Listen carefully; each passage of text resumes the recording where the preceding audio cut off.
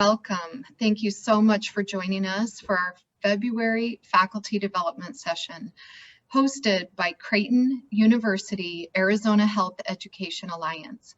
I'm Dr. Jessica Seaman, Academic Success Consultant for GME and co-chair of the Alliance Faculty Development Committee here in Phoenix. We love that Zoom allows us to reach beyond our borders and offer professional development to multiple faculty groups, so we're glad you're here. Our committee strives to create and deliver effective sessions that support you, our diverse faculty, as leaders in educational excellence. With that mission in mind, we have another timely presentation for you today, COVID Conversations, a discussion on the pandemic's impact on our teaching, learning, and well-being, delivered by three of our very own faculty. First, we will hear from Dr. Bruce Bethancourt, Chief Medical Officer at Dignity Health Medical Group, and then we will hear from Dr. Ross Bremner, Director of Norton Thoracic Institute, St. Joseph's Medical Staff Wellness Officer, and Chair of the Wellness Committee of the American Association of Thoracic Surgery. And then we will hear from Dr. Patricia Bayless, Chief Wellness Officer at District Medical Group. So just a few housekeeping items. We will be recording this session for future reference, and we will be emailing the recording out, and you will also have access to it on Jade for those of you that have access to that platform. We invite you to submit any questions in the Q&A tab. It will be monitored throughout the presentation, and we'll answer as many as we can by the end of the session. You can also raise your hand through the Q&A tab if you would like us to unmute you and ask a question verbally. There will be a short 3-question survey at the end of the webinar to help us in providing future sessions. So thank you in advance for providing your feedback for us. Also, this session is eligible for continuing education credit, and you will receive the website and activity code at the end of the presentation. Lastly, there will be opportunities to participate throughout today's presentation. We will be using menti.com, MENTI.com. You can open this page on any device you have near you, so your phone, computer, a laptop, etc. Please type in the code you're going to see at the top of the screen on the next page, and keep this open throughout your session so that you can get to it easily. So, Dr. Bethancourt, if you're ready, I will stop talking and we'll turn it over to you.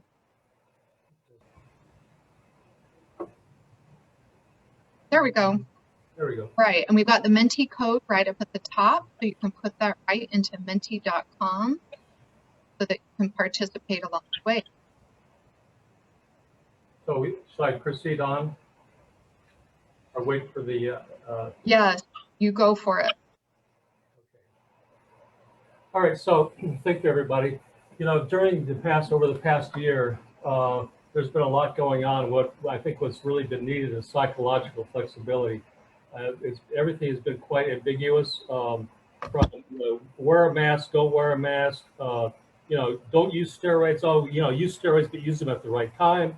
Don't ventilate early, but not too early.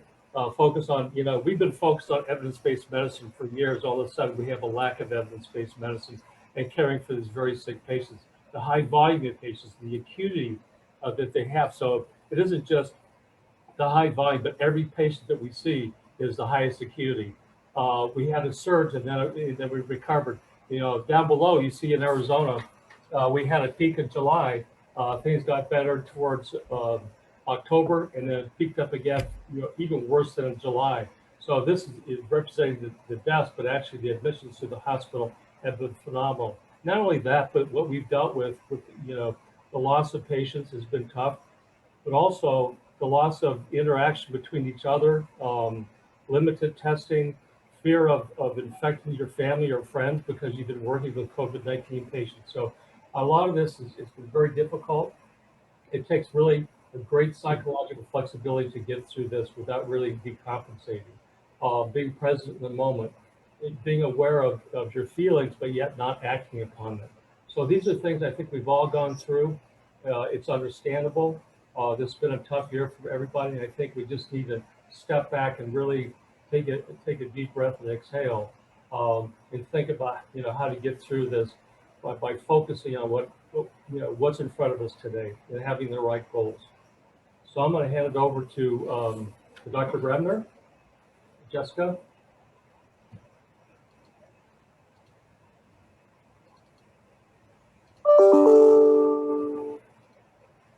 So Jessica, I'm going to click and then right click. There Yes, we go. sir. There you go. All right, thank you very much, guys. So I'm a thoracic surgeon, and our experience as thoracic surgeons has been sort of out of the frying pan into the fire, so to speak.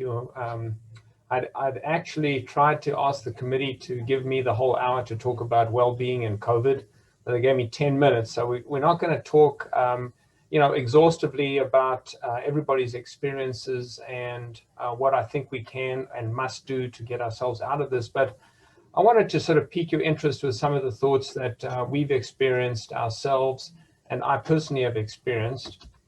So, So I think at the outset, it's important to realize that everybody's experience has been incredibly variable. And this is the one time in my existence, actually, that the entire world has experienced a common foe. But the experiences have been, from nothing more than an inconvenience to somebody losing most of their entire family. Some people have lost their jobs, have become destitute.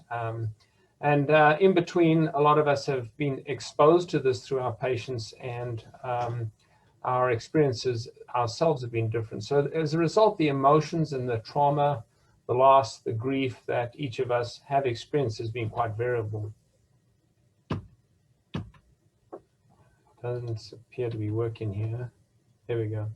So I thought I'd just share a few stories with you. Firstly, as a doctor of a COVID patient, and then a story is related to being a leader of a group where one of our staff members had incredible loss in her family, and then the frustration of dealing with limited resources, with just sort of the overwhelming surge of patients that we experienced in January this year.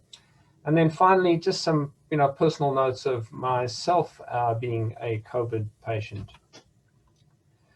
So around the beginning in March, actually, before we really had seen much COVID, we got a call that one of our physicians out in the East Valley, and here you can see them with their New Year, their Christmas card or New Year Christmas card. We got a call that he had been admitted to the hospital and that rapidly deteriorated, gone on a ventilator, and they were having trouble with the ventilator. And would we consider transferring him to St. Joseph's Hospital for a higher level of care? And I remember looking at all of his studies. At that time, he had had 2 COVID tests. There's a brand new test that had just sort of this PCR test we were hearing about. And both he and his wife had been negative. He had been traveling to Colombia and had spent a few hours in transit in San Francisco airport, which he now thinks that that's where he had contracted the virus. But we looked at all of his scans. We thought this was some sort of strange viral disease, but clearly we all thought this was COVID negative since both tests were negative. Well, he came over to our hospital. We did another PCR test that was negative, and ultimately a PCR of a bronchoalveolar lavage showed that he was positive. Well, he rapidly deteriorated, and within a couple of days he required ECMO. ECMO is, for those of you who don't know, extracorporeal membrane oxygenation, and essentially it's an artificial lung that can be used temporarily to oxygenate someone's blood when the ventilator is unable to do so. And I'll show you some lungs in a little bit of what this disease can do. But he deteriorated. He was on ECMO for a number of weeks. He was super sick, required multiple bronchoscopies, chest tubes. He had bleeding throughout through his lungs. He had multiple thromboembolic problems. But ultimately, through sort of sheer tenacity on part of the team and the nurses, he made a recovery. And here you can see him just being with his tracheostomy on his way to rehab. And ultimately, sort of 55 days later, he was reunited with his young kids. And, clearly a moving story, but one that actually taught us an incredible amount about COVID right in the very beginning of this the pandemic. You know, our physician patient has now sort of got back to work, and he is trying to give back. 2 weeks a month, he goes up to the Dakotas and he runs a COVID unit there with some of his friends. It was great to see him doing that. And, you know, he and our team are going to hike Camelback in sometime in the middle of March. It's just wonderful to see that he has made a complete recovery.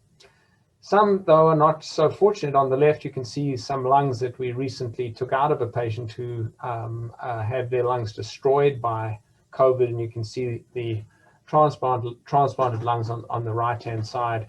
You know, the left side doesn't even look like a lung anymore. But unfortunately, not all the experiences are good, and we have found ourselves at times trying to decide who to put on ECMO, and I've found myself making a decision to put someone on ECMO only to find that we couldn't put someone else on at a later stage because we had no resources. And it's not just the ability to have the machines to run the ECMO. In January, we had a severe shortage of staff because a lot of the staff were out because of COVID.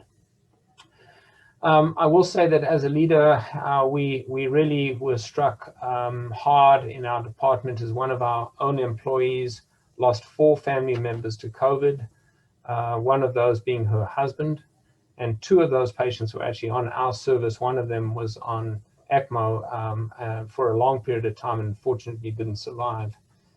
That just is right sort of in our backyard, and it was you know, incredibly tough for all of our staff members, and you can imagine what it's been like for their entire family. They've got young kids, and just an incredibly emotionally destructive experience. But sometimes it comes close to home. You know, about 72 hours before my vaccine, I went and got a test for a niggling cough, and then found out that I was COVID positive. This is after about 8 months of sort of dealing with ECMO patients in the ICU and ECMO and tracheostomies, intubating, those sorts of things. I'd managed to escape it until sort of just before my vaccine. And I think if you ask anybody who's had COVID, the first question that probably comes to mind is where did I get it from? The second question is who could I have given it to? And, you know, I rapidly sort of tried to go through all the people I'd been in contact with over the last few days, which is obviously a lot. And although I'd been wearing a mask all the time, it wasn't always an N95 mask. And I had picked it up by wearing a mask. So I was struck with guilt. I might have given it to a number of my colleagues and staff members in the hospital. You know, initially I was a little ill. I slept for the better part of 3 to 4 days, but then made a slow but sure recovery. And I was, you know, during that time, I got a little terrified that I was going to send it to the rest of my family, or that I'd given it to the rest of my family. And then personally, I started wondering, well, if I got really sick, I know that there are no ECMO circuits available in my hospital. So if I needed ECMO, I was sort of up a creek without a paddle, so to speak. But fortunately, I did get better. And as I got better and got back to work and ultimately got vaccinated, you know, strangely enough, I actually felt a little guilty myself that I hadn't been more sick. So, you know, these are strange emotions that all of us have experienced. And, you know, I must admit, just about every negative emotion you can find in a dictionary, I think I've experienced sometime during this pandemic. But what I'd like to do is just ask you all that you're on here, use your little Menti device and think of a single negative emotion which has been most prominent to you during this pandemic. Has it been fear, frustration, anger, guilt? There are, you know, all of these things that I personally have felt. Loss. Please put in, I'm going to put mine in rage, I think. I've called it the 3 F's. So anger, anxiety,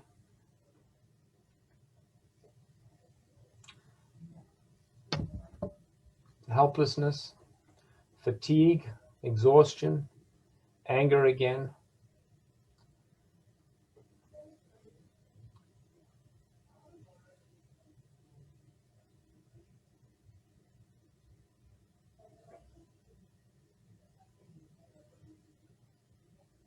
give you another few seconds to put this well.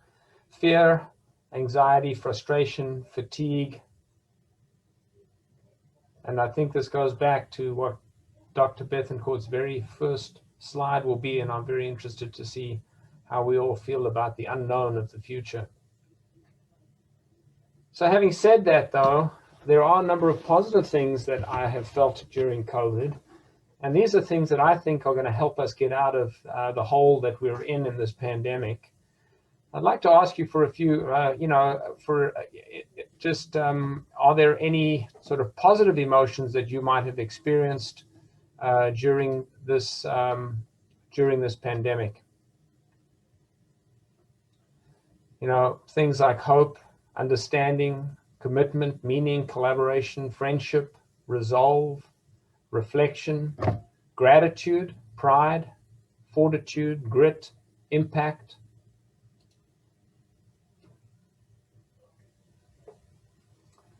So I gave a talk not too long ago on well-being to the City of Hope, and I asked people to reflect on the 3 most negative effects of COVID on them, and then the 3 most positive effects. And for me, the 2 of the most important positive things that have come out of this is the fact that I think that there's a greater appreciation of the healthcare worker among the general population. Now, I was coming out of a grocery store one evening in my scrubs, and someone who looked like they were wheeling their home in a grocery cart looked up under sort of a disheveled mask, and he said to ask me where I worked. And I told him where I worked, and he said, thank you for all you're doing. And I thought, well, if it reaches to that level, this is something that, I think is a definite positive. The second thing is that I've felt much more connected to my colleagues and connected to international colleagues as we've learned about the disease. And I think that going forward, I think that's something that we've got to think about as we come out of the pandemic. So I want to talk just very briefly about some of the psychological impacts of disasters on healthcare providers, which has sort of been studied quite extensively by Dr. Jeff Taxman. Pre-disaster, this is when it comes to Seattle and then comes to New York, and we start worrying about it, and then we start seeing some cases here, and we're very scared, anxious, fear as one of our most prominent emotions. And then we kind of rise as a healthcare community. We go through this honeymoon period where we become heroic. And I noticed this in my own group. We went out and got PPE. We tried to develop intubation boxes. We did all sorts of, we actually got a distillery to help us make some hand sanitizer. And then as the pandemic rages on, we get more disillusioned and reality sets in and we reach a nadir. And I personally am sort of in this area right now. You may find yourself anywhere along this curve, but the thing that's kind of important to me is that this reconstruction or this rebirth of us as we're coming out of this takes a long time, up to one to 3 years. And during that time, we may sort of have trigger events, anniversaries, for example, of lost ones, or maybe another small outbreak somewhere, a new variant coming from my home country, heaven forbid.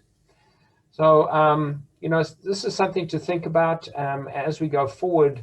We've got to think about those positive things that have come out of COVID, because those things are going to carry us into this new beginning of healthcare.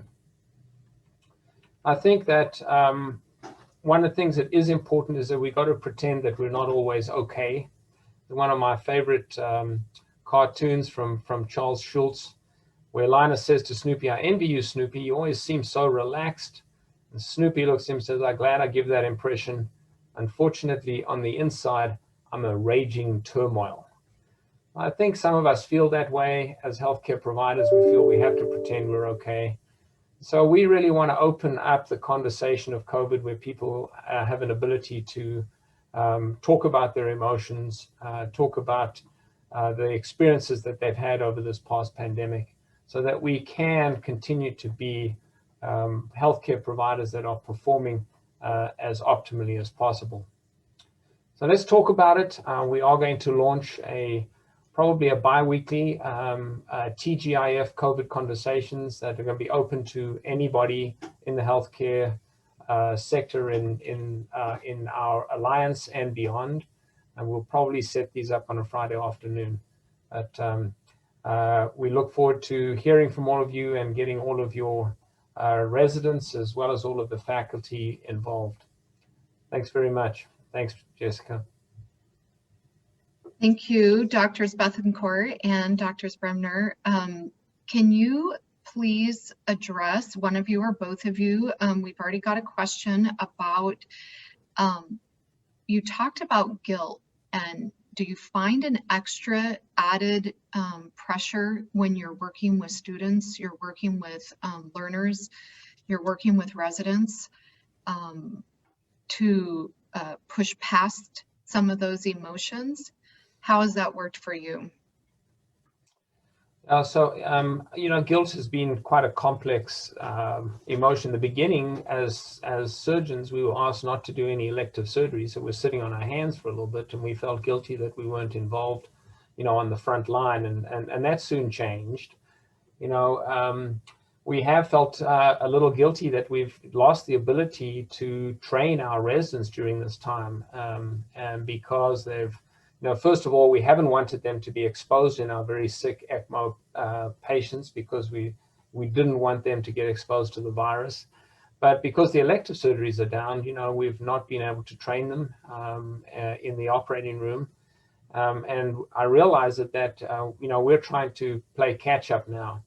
And I think that, you know, guilt aside, we really need to, as we come out of this last surge and we're back to elective surgeries, you know, take some extra time out to recognize what our residents and medical students have been through, and to, you know, spend some extra time to train them.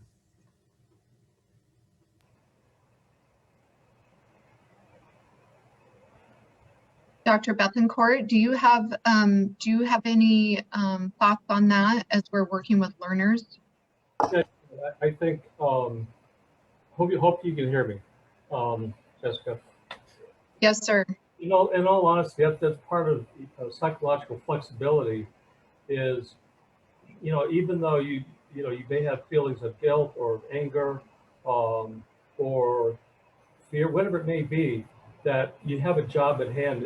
It's about, you know, being present in the moment and doing what needs to be done. I'll be honest with you. I'm not seeing patients, and I felt extremely initially guilty that I wasn't, you know, on the front line because I've always been used to that. But it's up for me. I step back. You know, what can I do to support my colleagues? And one of the things that I saw as my job, no matter how I felt, was the way to be involved is daily for, I would say, for probably 2 hours a day. I spent time researching what's the current, you know, knowledge about COVID-19, what's the pathophysiology, what are the treatments that are being looked at, what's proven or not proven to be useful, and kept all my colleagues up to date on a twice a week a webinar for all of our physicians. And that helped me participate, but I believe it helped them understand. And so I was trying to be present in the moment and not just sit back and be guilty that I wasn't on the front line. So I think that's what we need to do, is do what needs to be done. And my job really is to help educate our providers. And so I think also for students, in some ways I wish they would have been more involved and learned from the pandemic, but it was probably their best interest that they not be exposed. But also at the time, it had to do with having sufficient PPE. Thank you. Thank you both for those thoughts on as we work with learners. So Dr. Bayless, are you ready to go? Yes, I am. Excellent. We can hear you good. Okay, let me click and see if this works. Haha. Okay. So I'm an emergency physician here in Phoenix. And I want to start with a quote. Those who cannot remember the past, and this is attributed to George Santayana, who is a Spanish-American philosopher. And the rest of the quote says that those who cannot remember the past are condemned to repeat it. I don't choose to interpret that as a morbid sort of statement, but rather that although we don't necessarily have the answers going forward, we do know what not to do. And I feel like we're in the midst of this and it's time to start developing some perspective on COVID.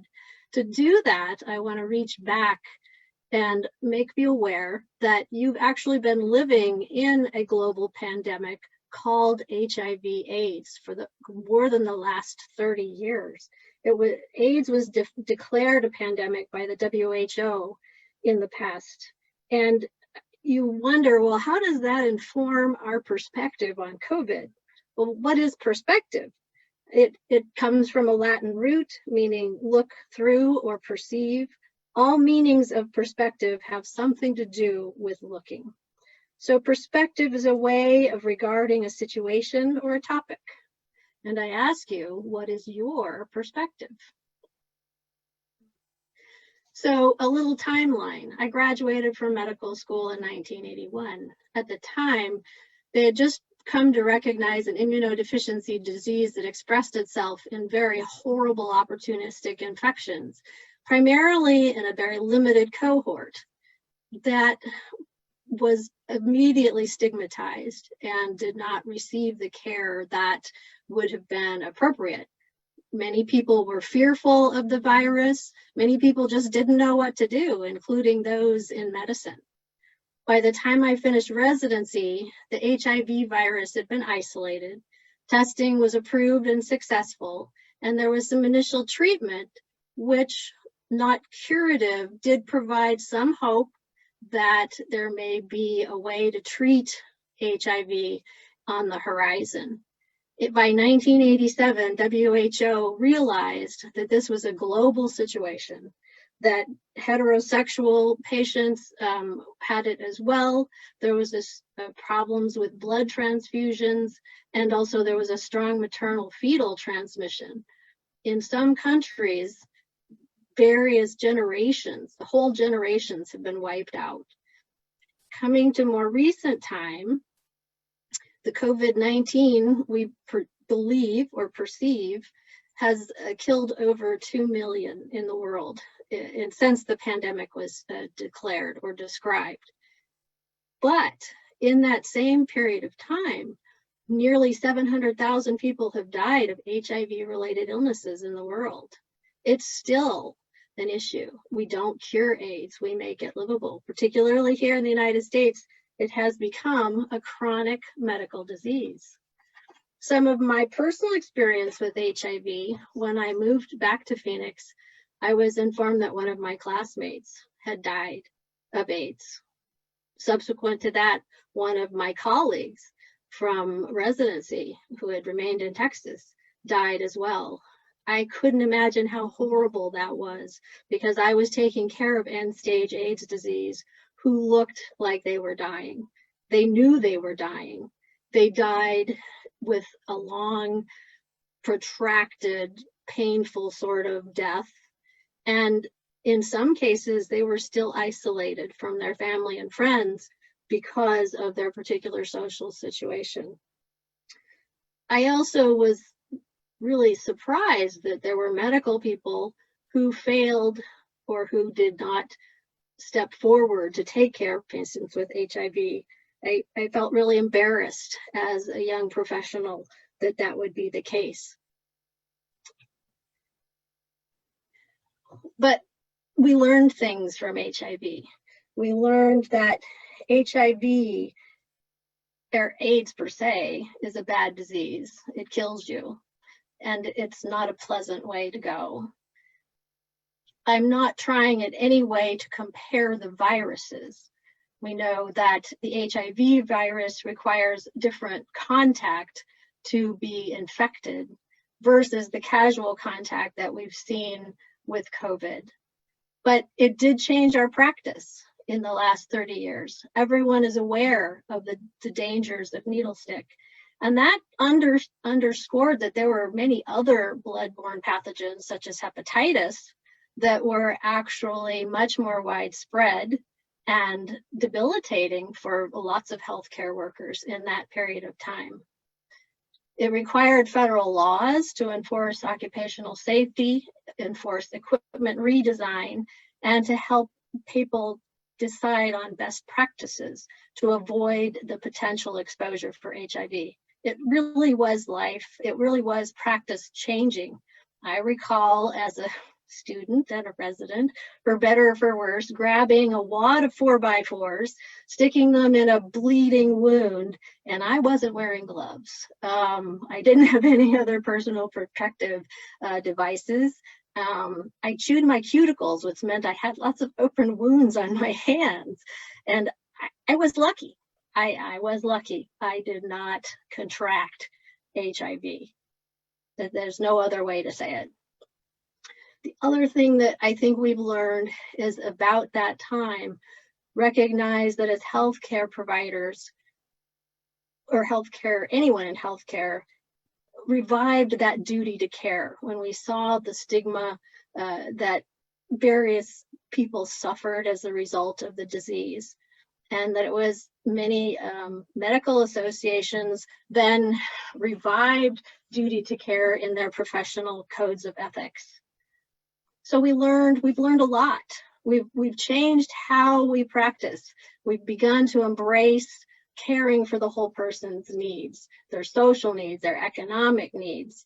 We've created the patient-centered medical home. Is it still in its infancy? Well, yes.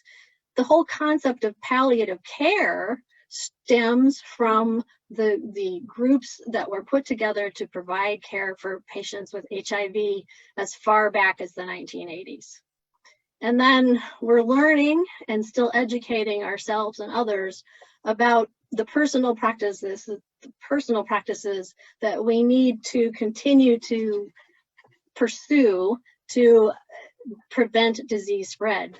Neither of these viruses are curable, right?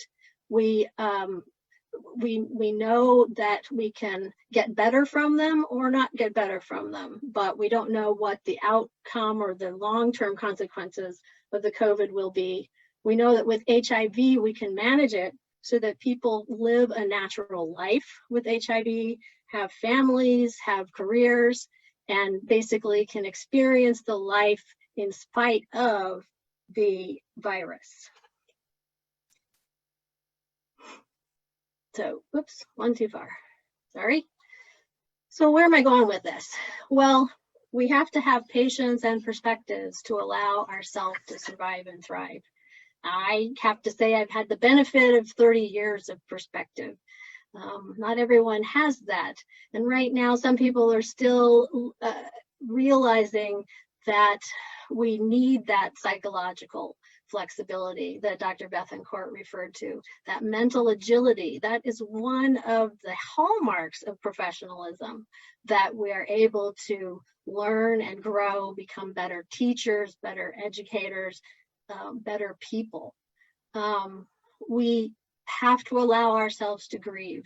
We've suffered losses personally. We've observed other people with terrible loss, and we feel ashamed. We feel like we've failed. And that's just part of the ethos that was within us that draws us to healthcare in the first place. So it's okay to feel. It's okay to be sad. It's okay to feel that struggle, but you can't stay there. You have to move on, and we want to help people move on with that. And I think it's important that we still continue to acknowledge that there are gaps in our community's healthcare structures that started. We noticed those gaps, the stigma applied to HIV patients. We have a much more broad recognition of that now, and we have an opportunity to change how we practice and make practice more inclusive. Another thing that I am very impressed by everyone is that everyone has felt that duty to care. It has caused distress that they feel that duty, but it's so impressive that as humans, we feel the duty to reach out and care. And that's in every healthcare institution, from the housekeeper to the CEO, and how much out in the community We've seen grocery store workers, our neighbors, everyone stepped up and stepped in to share the burden. And there's a key there is that we share that burden. So we have the power to choose how we move forward with our management in this COVID, and how we manage ourselves and how we manage our practices. So I will credit Brene Brown. If you have an opportunity, the little website under there is about a 20-minute clip on, she's just so wise and speaks so well and knows so much. And one of the things she says is that, you know, that empathy that we have can be directed outwardly, and there's no limit to what we can address if we use that empathy towards others, and we use compassion for ourselves, because we will fail, we will feel bad, we will suffer loss, but we have to help each other. And history shows us that we've done this before, and it's just sort of human, the good side of human nature, that we can continue to do that. I've also included a quote somewhere in the 14,000 pages of War and Peace. Leo Tolstoy has written, "The strongest of all warrior are these two, time and patience." Patience in the Buddhist tradition involves having a perspective, there's that word again, on the place of our own desires and values and a sense of their relative importance. So it is really something we need to think about. Are we true warriors? Not in the combative sense, but can we carry on and carry forward? And then I feel like it's nice to have role models, right? And again, staying with my theme of HIV, here in the Phoenix area, we have the legacy of Dr. John Post, who would I'm sure never have considered himself a warrior. He was a kind, soft-spoken, thoughtful, compassionate, and introspective fellow. He undertook during his practice here to become involved in HIV treatment. He learned everything he could. He dedicated his life to treating patients and their families with just human dignity and providing them the best medical care possible. And it is, in fact, one of the founders of the McDowell Healthcare Center, which is now a part of the Southwest Center for HIV/AIDS, recognizing that the treatment of disease is really a circle of life sort of treatment. You have to address economic, personal, sociologic, psychologic issues to help people become the best and to provide them with the care that they need. And sometimes we don't cure people, but we can certainly take care of them as human beings. And that really is part of our mission, and what, as the conversation goes forward, how can we implement that in our practices as we take care of this unknown and find the best path forward? So I was a little bit unsure as to whether or not to include this, but I said the heck with it. It's a cartoon I found, and I think we can do this. We need some patience and some self-empathy and some empathy towards our communities, and we will manage this to the best of our abilities. And thank you, Dr. Bremner and Bethancourt and the rest of the crew for letting me participate. Thank you, Dr. Bayless. I love how you talk about striving and the versus thriving. And really, when we share that burden, like you were talking about, we feel more like we're thriving. And I feel like talking about other pandemics really gives us hope, because it's not something that we think about all the time, past pandemics. But when pandemics first start, there's a lot more attention given to it. And it is something that we can get through for sure. So thank you for that presentation. And we do have a little bit of time. So if you have any questions for any of our three doctors, our three physicians that have just presented, can you please just type that in the Q&A? You can also, I believe you can raise your hand through the Q&A. And you can also, we can unmute you if you would like to just have a conversation with our presenters, then we would like you to do that as well. So we'll just give a few minutes to see if anything pops in.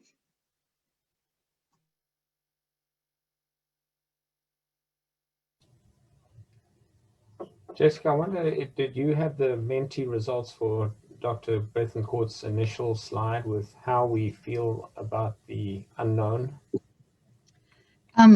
I know we went through that one really fast, and I don't know if Juliet can get back to that. Is that a possibility, Juliet, that we can pull that back up? I just wanted to make a comment because I was really, profoundly impacted by Patty's talk, and I'm really grateful that she did help us put things in perspective. You know, I grew up in South Africa during, HIV, and I know how much HIV has impacted so much of the continent of Africa. But I think that if we looked at that initial slide, I think we all would have been, very uncomfortable with the unknown going forward. But I think we would have been more comfortable with the unknown after Patty's talk.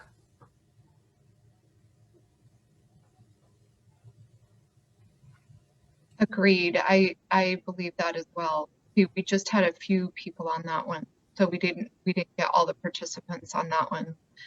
We do have a question, so I'm going to go ahead and just read that. With restricting residents and students from participating, how do you build that resiliency? I'll go ahead and take that. We have, where I work in the emergency department at Valleywise, obviously we have residents and medical students. And it's a combination of things. Always there's role models as a junior, you're always looking forward to your senior leadership to find something that you can use, as well as giving. I think we need to be more open to hearing the residents and students' concerns about the fact that they feel like they're missing out, because they're not missing anything. They're learning something different. And there is going to be some time that will require faculty to do some extra work to help, particularly in some of those knowledge gaps, and allowing them to see more patients, but again, safely. And the more we know, the better we can protect them, because they don't truly have that same kind of responsibility of duty to care yet, because they are not the full-fledged professional. But certainly we know that's where they want to be. And so we can continue to foster that.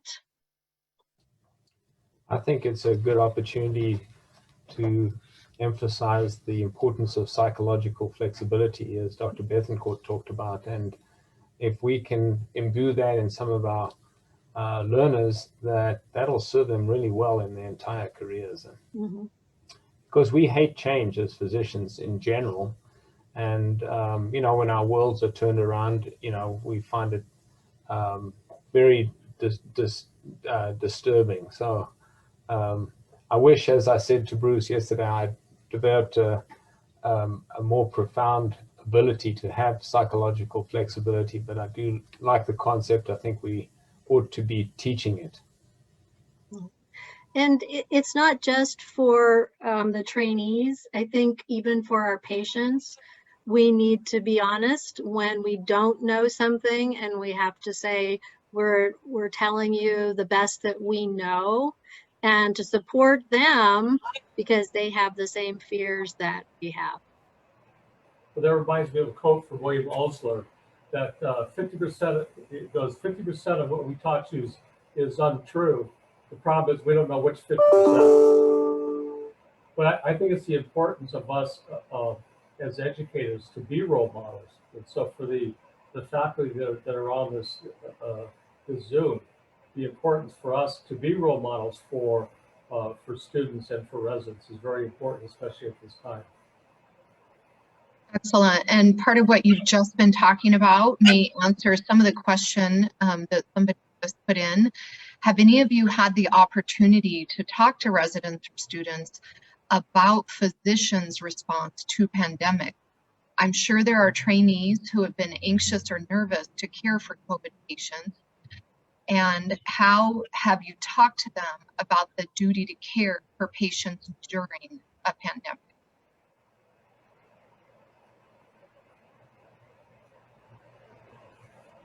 So I've actually used the HIV and hepatitis examples. It was in the operating room. You know, everyone was terrified of getting HIV because of the intubation process. I mean, I remember in the very beginning we'd do an endoscopy, and then we'd all have to stay in the operating room for 20 minutes before we could open the door, because we thought that there were microparticles all over the place that were going to sort of escape and infect the entire hospital. But we've learned that we have to protect ourselves, and that as caregivers we are going to be exposed to disease every day. And if Patty used a good example of a trauma patient. Somebody comes through the emergency room as a trauma patient, we operate on that patient emergently. We have no idea whether that patient is carrying an infectious disease, hepatitis or HIV. We've got to be able to sort of understand that we've got to protect ourselves as well as we can, and that if we sort of become terrified about these diseases, we're going to be less effective as caregivers.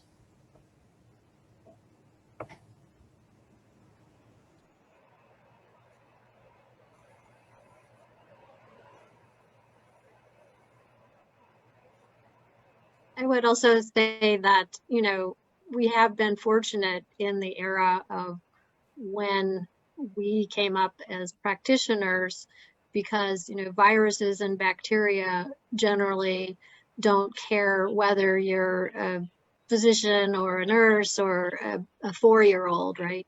So we have to just accept that it is a risk, and I think that's implied in a lot of people who do choose to go into the healthcare setting. We're lucky that that is a compulsion that most of us have, and it will keep us in the game. But again, when we find it overwhelming, we have to reach out for support and support each other, because some days it's just too hard.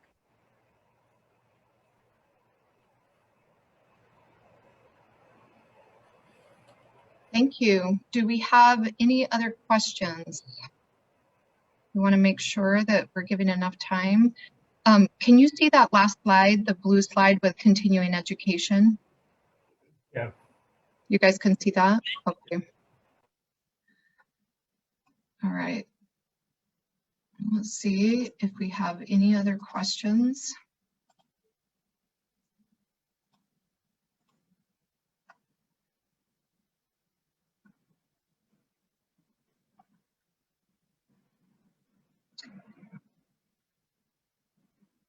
All right, I do want to let everybody know, first of all, I want to thank Doctors Bethancourt, Bremner, and Bayless, our 3B doctors. Thank you so much for presenting today. We really appreciate it, and loved hearing your conversations about COVID and things that you've learned, and how you can also pass that on to learners. So we really appreciate that. For continuing education, we will get out a PDF via email within the next 48 hours for you to be able to get on the CME tracker and put in the activity code. But if you'd like to do it before that email comes out, the information is here.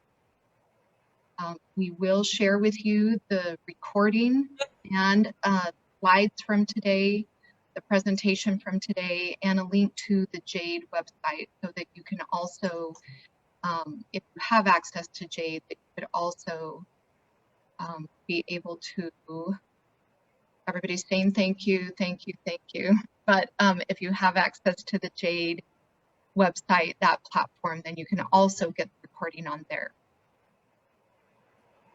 All right, I will go ahead and leave this up for the next few minutes. The CE Tracker website is case sensitive. You have to be really careful to type it in just the way you see it there, and then put in the activity code when you go to get the certificate.